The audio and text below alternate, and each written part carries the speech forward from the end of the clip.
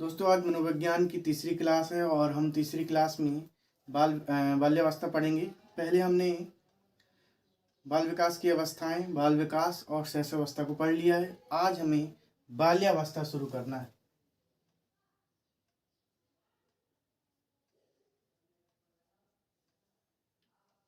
आज हम बाल्यावस्था पढ़ेंगे। जैसा कि हमने पहली क्लास में बताया था कि यूपी टीईटी या फिर कोई भी टीईटी हो, सभी के लिए ये क्लासें महत्वपूर्ण हैं। सभी में ये बाल विकास काम आने वाली हैं। और जो हम बाल विकास पढ़ रहे हैं, शुरू में हमने बताया था कि बालक किसे कहते हैं। एक बार फिर से इसका आपको रिवीजन करवा देते हैं। बालक कहते हैं यानी कि 0 से 18 वर्ष, 0 से 18 वर्ष तक व्यक्ति बालक कहलाता है। और हमें बालक के बारे में ही पढ़ना, हमें बाल विकास पढ़ना। मनोविज्ञान की हमने पहले ही बताया था, बहुत सारी शाखाएं होती हैं, लेकिन हमें पढ़ना क्या है? बाल विकास पढ़ना। बाल विकास में शैशवावस्था हम पढ़ चुके हैं, बाल्यावस्था शुरू करना है। तो फ्रेंड्स, बाल्यावस्था का जो समय होता है वो होता है 6 से 12 वर्ष। बाल्यावस्था का समय कितना होता है फ्रेंड्स? 6 से 12 वर्ष इसका समय होता है। और ये बहुत ही नटखट उम्र होती है, बहुत ही सुनहरी उम्र होती है। आप सबको पता है फ्रेंड्स, बाल्यावस्था होती है बहुत ही सुनहरी और नटखट उम्र होती है।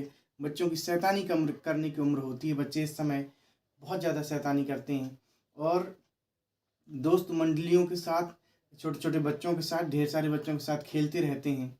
शैशवावस्था में हमने पढ़ा था कि बच्चा अकेले खेलता है, लेकिन बाल्यावस्था में क्या होता है? बच्चा ग्रुप में खेलना शुरू कर देता है।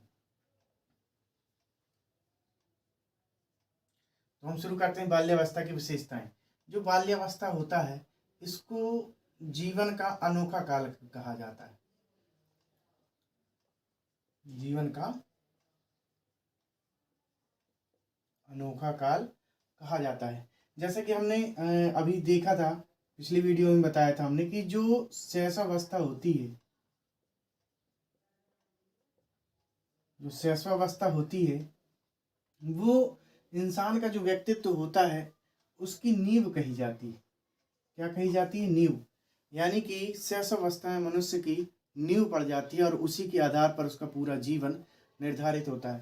तो शैशवावस्था में हमने कहा था कि नींव है, और बाल्यावस्था को हमने क्या माना था? बाल्यावस्था को माना था हमने दीवार।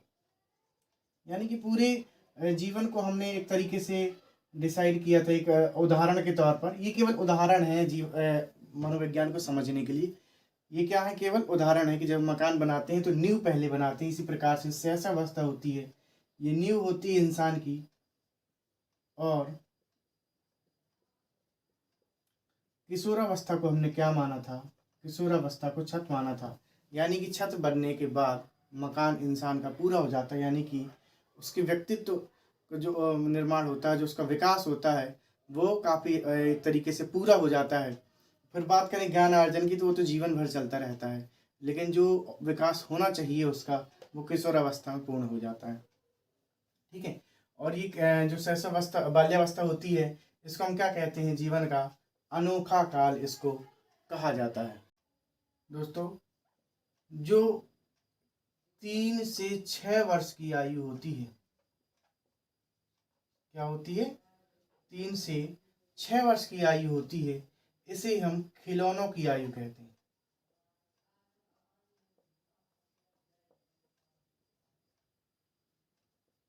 इसे क्या कहते हैं? खिलौनों की आयु कहते हैं। और इसी 3 से 6 वर्ष की आयु को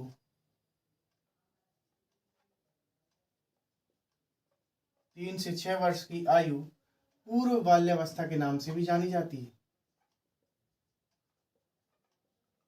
3 से 6 वर्ष की आयु पूर्व बाल्यावस्था के नाम से जानी जाती है। इसमें बता दें, इसमें बाल्यावस्था और शैशवावस्था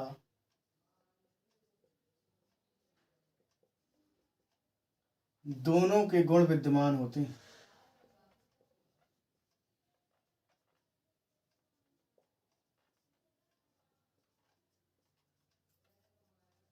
क्या होते हैं, दोनों के गुण इसमें विद्यमान होते हैं।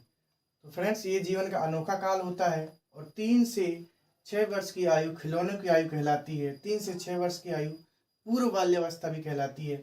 इसमें बाल्यावस्था और शैशवावस्था दोनों के गुण विद्यमान। शारीरिक और मानसिक विकास पहले की अपेक्षा क्या होता है, स्थिर हो जाता है। पहले की अपेक्षा, भाई शैशवावस्था में सबसे तीव्र गति में होता है, बताया था। जो भी मानसिक विकास होता है या शारीरिक विकास होता है वो शैशवावस्था में बहुत तेज गति से होता है। लेकिन जैसे ही हम बाल्यावस्था में आते हैं तो हमारा मानसिक विकास और शारीरिक विकास थोड़ा सा धीमा हो जाता है, थोड़ा स्थिर हो जाता है। और आपको पता है जैसे जैसे मनुष्य की आयु बढ़ती जाती है उसका शारीरिक विकास धीमा होता जाता है।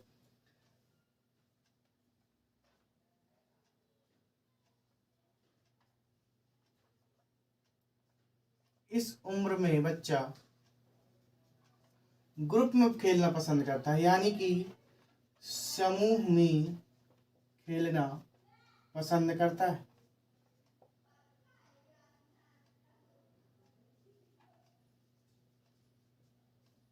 इस उम्र में बच्चा क्या करता है, समूह में खेलना पसंद करता है।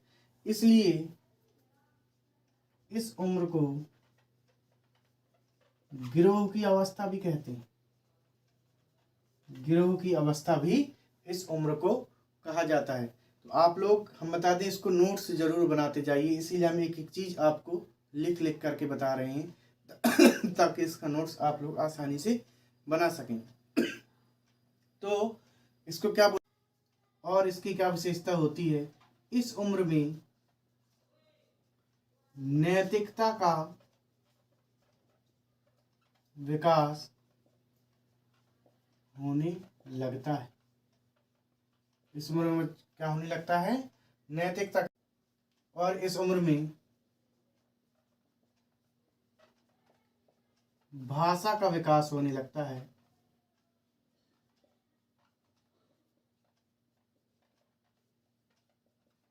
इस उम्र में क्या होता है, भाषा का विकास होने लगता है और संग्रह की प्रवृत्ति जागृत हो जाती है।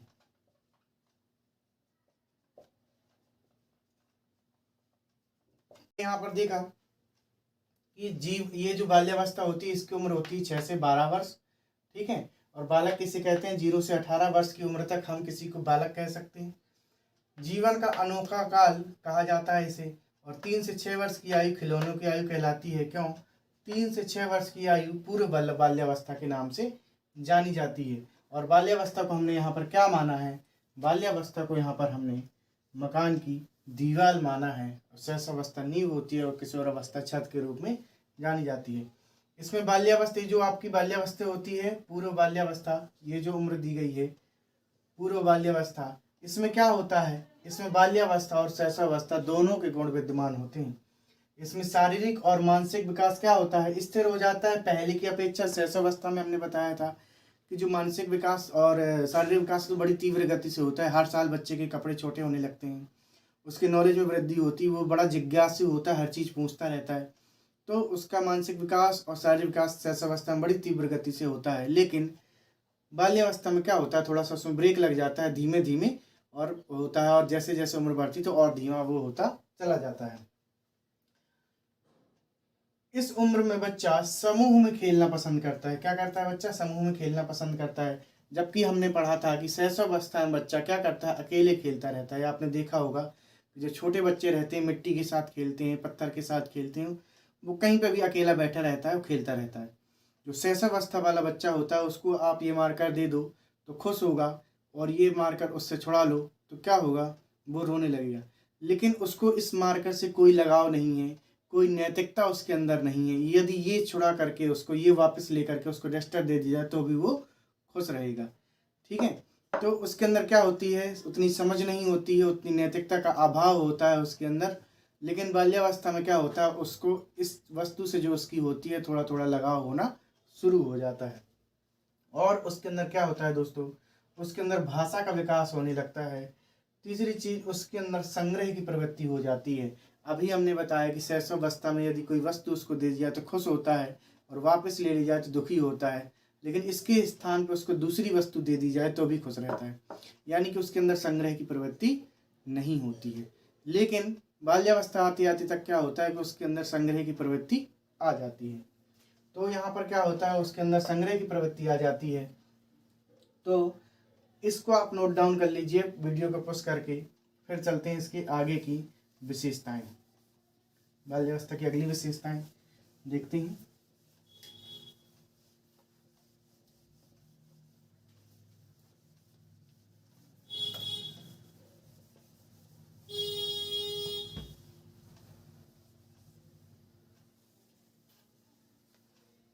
बाल्यावस्था की काम प्रवृत्तियों का दमन।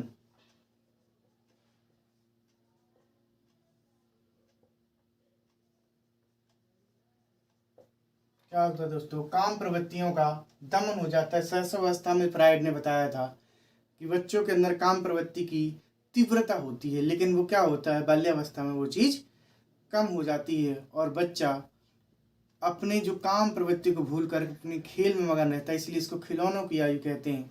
और इस समय बच्चा सबसे ज़्यादा क्या होता है, अपने खेल में मगन रहता है, अपने दोस्तों में क्या रहता है, मगन रहता है, वहीं पर वो खेलता रहता है। तो काम प्रवृत्ति का यहाँ पर दमन हो जाता है। उसकी रुचियों में परिवर्तन होता है। उसकी रुचियों में दोस्तों परिवर्तन हो जाता है। यानी कि जो भी उसकी रुचियां होती हैं वो क्या होती हैं, परिवर्तित हो जाती। छोटे उस समय छोटे में जो होता है शैशवावस्था में उसकी अलग रुचि होती हैं, और बाल्यावस्था तक आते आते उसकी रुचियां बदल जाती हैं। उसको किसी चीज़ से लगाव नहीं होता शैशवावस्था में, लेकिन बाल्यावस्था में उसको चीज़ों से लगाव हो जाता है। फिर दोस्तों अगली विशेषता होती बाल्यावस्था की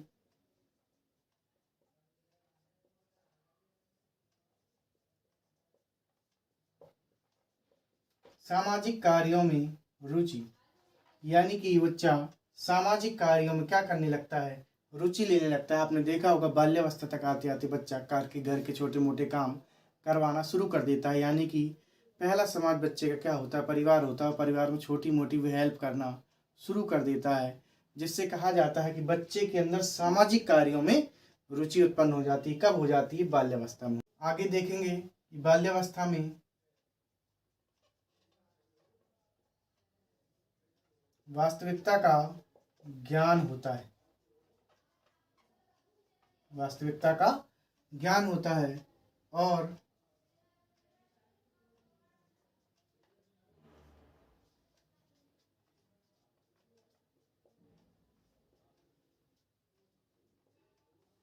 कल्पना और जिज्ञासा में प्रबलता आती है।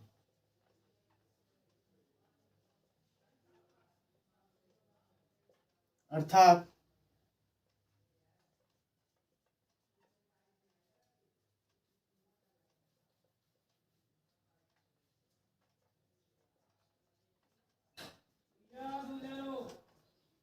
और बढ़ जाती है।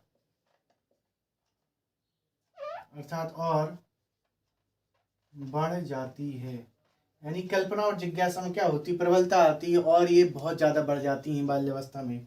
उसकी जिज्ञासा बहुत बढ़ती है, वो हर चीज़ के प्रश्न पूछता रहता है कि ये क्या है, वो ऐसी चीज़ क्या है। हर चीज़ वो पूरा दिन आपसे क्या करेगा, प्रश्न पूछता रहता है।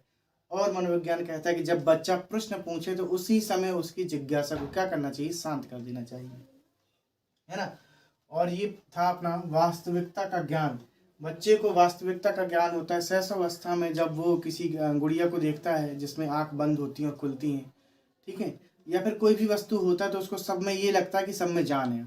गुड़िया आंख खोल रही है, बंद कर रही, तो उसको लगता है इसके अंदर भी क्या है, जान है। वो किसी भी चीज़ को देखता है तो उसको अंदर क्या लगता है कि उसके अंदर जान है, कोई ना कोई जीवित है। हर चीज़ को, टेबल को भी देखेगा, मार्कर को भी देखेगा तो कहेगा उसके अंदर क्या है, जान है। लेकिन बाल्यावस्था में उसको क्या होता है, वास्तविकता का ज्ञान हो जाता है। बच्चों इसमें एक चीज़ और हम आपको बता दें कि 6 से 9 वर्ष का समय संचय काल कहलाता है और 9 से 12 वर्ष का समय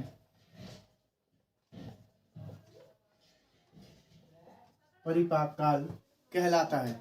ये बहुत इंपॉर्टेंट टॉपिक है। 6 से 9 वर्ष का समय संचय काल कहलाता है, 9 से 12 वर्ष का समय परिपाक काल कहलाता है। अब इसको दोस्तों मिटा देते हैं।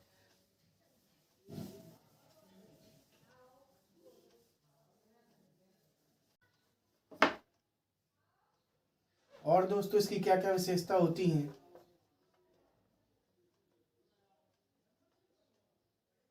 निरुद्देश्य भ्रमण की प्रवृत्ति क्या होती है दोस्तों? निरुद्देश्य भ्रमण की प्रवृत्ति होती है। बिना उद्देश्य के वो यहाँ से वहाँ घूमता रहता है। और दोस्तों वस्तुओं के संबंधों के बारे में जानने का प्रयास करता है। क्या करता है? वस्तुओं के संबंधों के बारे में जानने का प्रयास। अगला पॉइंट है प्राथमिक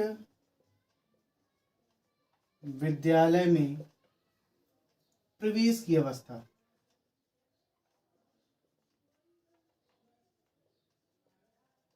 ये क्या होती है दोस्तों?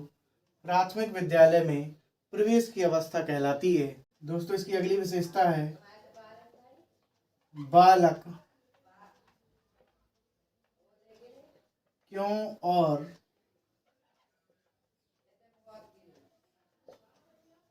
कैसे का प्रश्न करने लगता है। बालक क्या करता है? कैसे और क्यों और कैसे का प्रश्न करने लगता है। इस समर में आपने देखा होगा बच्चा सबसे ज्यादा प्रश्न पूछता है। इसको नोट कर लीजिए आप लोग वीडियो को पॉज करके। अब दोस्तों कुछ परिभाषाएं देख लेते हैं। तो सबसे पहले देखते हैं कॉल एवं ब्रूस। इन्होंने क्या कहा था? बाल्यावस्था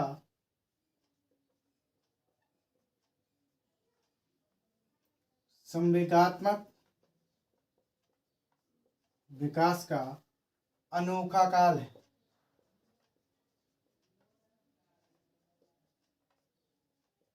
इन्होंने क्या कहा था? बाल्यावस्था संवेगात्मक विकास का अनोखा काल है। स्टेनली हॉल इन्होंने कहा था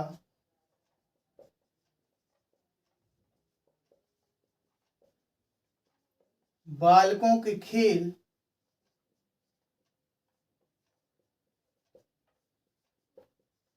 उन कार्यों की पुनरावृत्ति है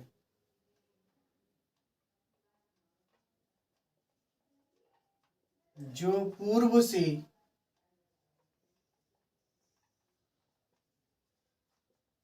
उनके पूर्वज करते आ रहे हैं। तो फ्रेंड्स स्टेनलेवल ने क्या कहा था? बालकों के खेल उन कार्यों की पुनरावृत्ति है जो उनके पूर्वज पूर्व से उनके पूर्वज करते आ रहे हैं। जो हमारे पूर्वज थे यानी कि आदि मानव थे, वो क्या करते थे? इधर से उधर घूमते रहते थे, मिट्टी में खेलते रहते थे, कहीं कुछ करते थे, कहीं किसी को शैतानी करते थे। मतलब जो भी उनकी एक्टिविटी रहती थी आदि मानव की, वही एक्टिविटी बाल्यावस्था में बच्चे की रहती है, यानी कि खोजी प्रवृत्ति। जो आदि मानव तो क्या खोजी प्रवृत्ति का था? पूरा दिन इधर से उधर भटकना, निरुद्देश्य भ्रमण की प्रवृत्ति थी और वो क्या करता था? चीज़ों को खोजता रहता था। तो फ्रेंड्स हमने देखा यहाँ पर कि बच्चा भी बिल्कुल वैसी ही एक्टिविटी करता है, वो निरुद्देश्य भ्रमण करता है और वो चीज़ों को खोजने का प्रयत्न करता रहता है। इसी तरीके से स्टेनली हॉल ने कहा था कि बालकों के खेल उन कार्यों की पुनरावृत्ति है जो पूर्व से उनके पूर्वज करते आ रहे हैं। ठीक है। और कॉल एवं ब्रूस ने क्या कहा था कि बाल्यावस्था संवेगात्मक विकास का क्या है, अनोखा काल। कार्ल ग्रूज, इन्होंने कहा था कि बालक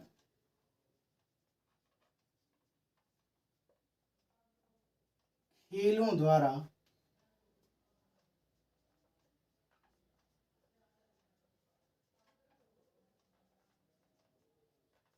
भावी जीवन की तैयारी करता है।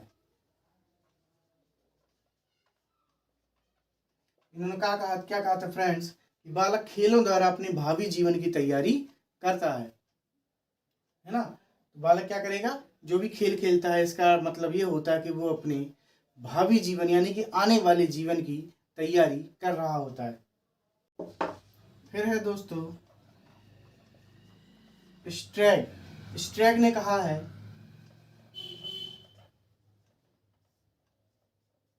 शायद ही ऐसा कोई खेल होगा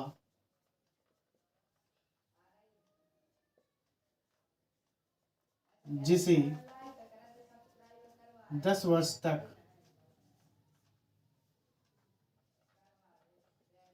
बालक ना खेल लेते हों। 10 वर्ष तक बालक ना खेल लेते हों।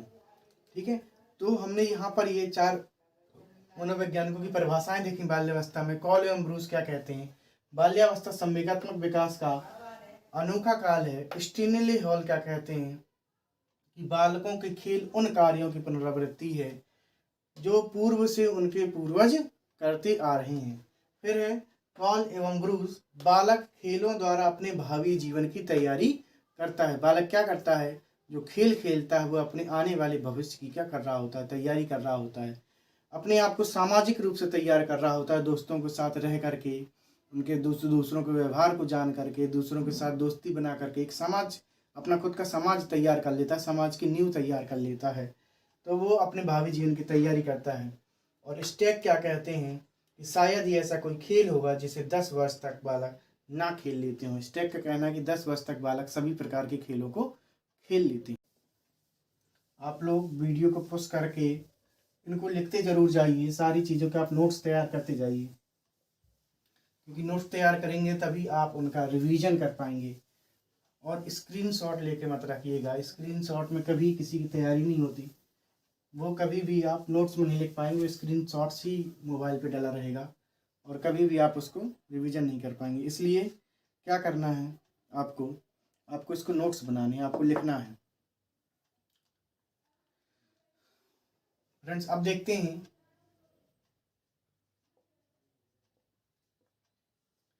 बाल्यावस्था की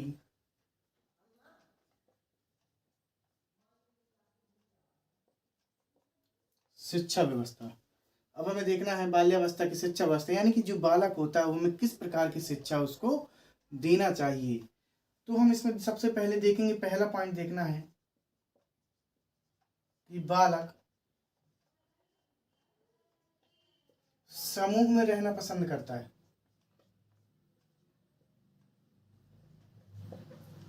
बालक कैसे रहना पसंद करता है, समूह में रहना पसंद करता है।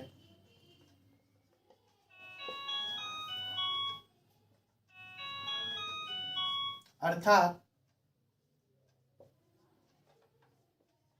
बालक को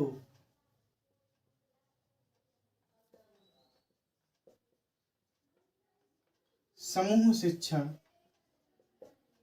प्रदान किया जाना चाहिए।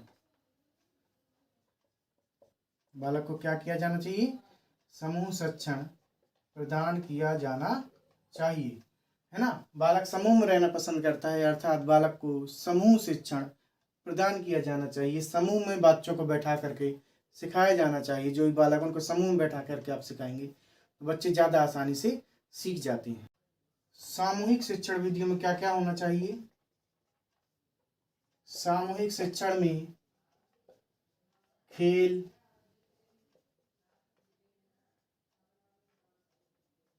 वाद विवाद, प्रश्नोत्तरी, अंत्याक्षरी, प्रोजेक्ट इत्यादि। ये सारी चीजें आपके सामूहिक शिक्षण में शामिल होना चाहिए। खेल होना चाहिए। सबसे पहला बच्चे के लिए महत्वपूर्ण क्या होता है? खेल होता है। केवल किताबी ज्ञान ही संपूर्ण ज्ञान नहीं होता है। खेल होता है, वाद विवाद होता है, प्रश्नोत्तरी होती है, अंत्याक्षरी होता है, प्रोजेक्ट इत्यादि, ये सारी चीजें होती हैं। तो हमें सामूहिक शिक्षण में ये सारी चीजें बच्चे को देना चाहिए। और बाल्यावस्था में बालक को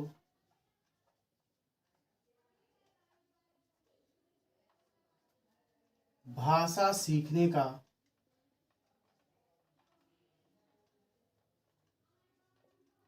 उचित वातावरण प्रदान करना चाहिए।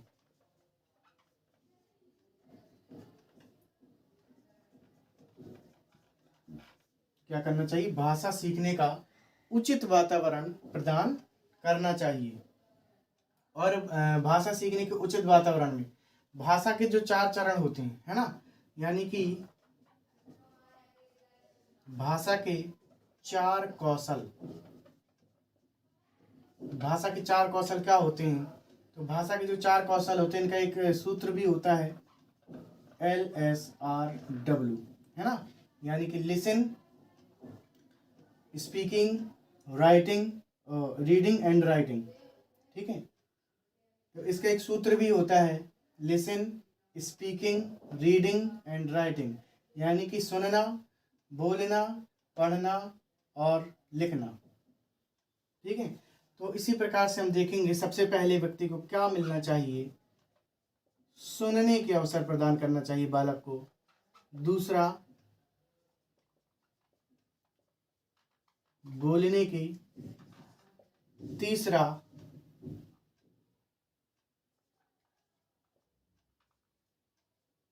पढ़ने की। चौथा, लिखने की। तो ये सारे चारों अवसर बच्चे को भाषा सीखने के लिए उचित अवसर उनको प्रदान करना चाहिए, जिससे बच्चे को भाषा सुनने, बोलने, पढ़ने और लिखने का उचित अवसर मिलेगा। यदि बच्चा सुनेगा नहीं तो कैसे बोलेगा? कोई बच्चा होता है तो पहले सुनता ही है फिर बोलता है। यदि उसको सुनने का अवसर नहीं मिलेगा तो कहीं बोल नहीं पाएगा। यदि उसको बोलने का अवसर नहीं मिलेगा तो वो पढ़ नहीं पाएगा। और पढ़ने का अवसर यदि उसे कहीं नहीं मिलेगा तो वो बच्चा लिखने में काफ़ी कठिनाई महसूस करेगा, लिख ही नहीं पाएगा। ये चारों कौशल लाइन से मिलना बच्चे के लिए ज़रूरी होता है। कई बार पेपर में आ जाता है, इन चारों को आगे पीछे रख देते हैं और इनको बोलते हैं कि क्रम से लगाओ। तो इनका क्रम यही होता है। ठीक है, तो क्रम हमने बना दिया है, पहले सुनना, फिर बोलना, फिर पढ़ना, लिखना। तो ये भाषा सीखने के 4 कौशल होते हैं और चारों कौशलों को कई बार पेपर में आएगा कि इनको लाइन से लगाओ। इसको लिख लीजिए वीडियो को पॉज करके।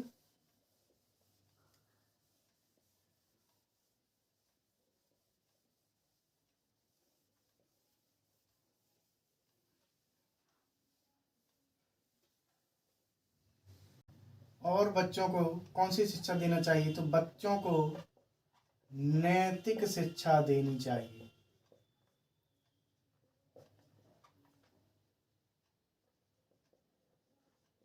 बच्चों को नैतिक शिक्षा देनी चाहिए। बच्चों के लिए, बच्चों को रुचिकर पाठ्यक्रम उपलब्ध करवाना चाहिए। बच्चों को कहानी सुनाना चाहिए।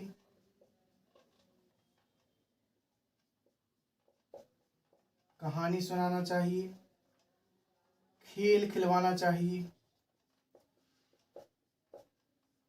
इस प्रकार से हम क्या करेंगे? बालक की शिक्षा करेंगे। यानी कि बालक की कौन कौन सी विशेषताएं होती है वो हमने बताई, कौन सी मनोवैज्ञानिक ने कौन सी परिभाषा बताई वो हमने बताई, और इसमें बाल्यावस्था की शिक्षा व्यवस्था कैसी होनी चाहिए, तो वो सारी चीज़ें आपको नोट करना है कि नैतिक शिक्षा भी देनी चाहिए, बच्चों के रुचिकर पाठ्यक्रम भी होना चाहिए, वो कहानी सुनाना चाहिए, उनको खेल खिलाना चाहिए। और बच्चा ग्रुप में रहना पसंद करता है, इसलिए इसको ग्रुप में जो है कि सारी शिक्षा देनी चाहिए। तो इस प्रकार से हम क्या करेंगे? बालक को एक उचित वातावरण, भाषा सीखने का अवसर, खेलने का अवसर, शिक्षा का अवसर, हर प्रकार का अवसर हमें उसको क्या करना है? उपलब्ध कराना है। तो फ्रेंड्स, यहाँ पर हमने जो बाल्यावस्था था उसका टॉपिक आज हमारा ख़त्म हो गया। अगली टॉपिक में हम अगली क्लास में हम पढ़ेंगे किशोरावस्था। और किशोरावस्था मनोविज्ञान का एक बहुत ही इंपॉर्टेंट टॉपिक है, उसको आप लोग मिस मत करना। और अगर जो है कि आप उसको देखो, वो बहुत इंपॉर्टेंट टॉपिक है। उसके लिए अभी जिन भी विद्यार्थियों ने अभी तक हमारा चैनल सब्सक्राइब नहीं किया तो चैनल सब्सक्राइब कर लें, वीडियो को लाइक कर दें और ज़्यादा से ज़्यादा लोगों तक शेयर कर दें। वीडियो को सब्सक्राइब कर लीजिए ताकि किशोरावस्था वाला जो अगला वीडियो आएगा उसकी नोटिफिकेशन आपको समय से मिल जाए और आप लोग वो टॉपिक कंप्लीट कर लें, क्योंकि वो एक बहुत ही इंपॉर्टेंट टॉपिक, किशोरावस्था एक बहुत ही महत्वपूर्ण पड़ाव है जीवन का। उसके बारे में पढ़ना बहुत ज़रूरी होता है। मनोविज्ञान में किशोरावस्था के बारे में जानना अति आवश्यक है, इसलिए उस क्लास को मिस मत करना। आप लोग चैनल को सब्सक्राइब कर लीजिए ताकि आपके पास नोटिफिकेशन पहुंच जाए। Thank you friends. हम लोग अगली क्लास में किशोरावस्था को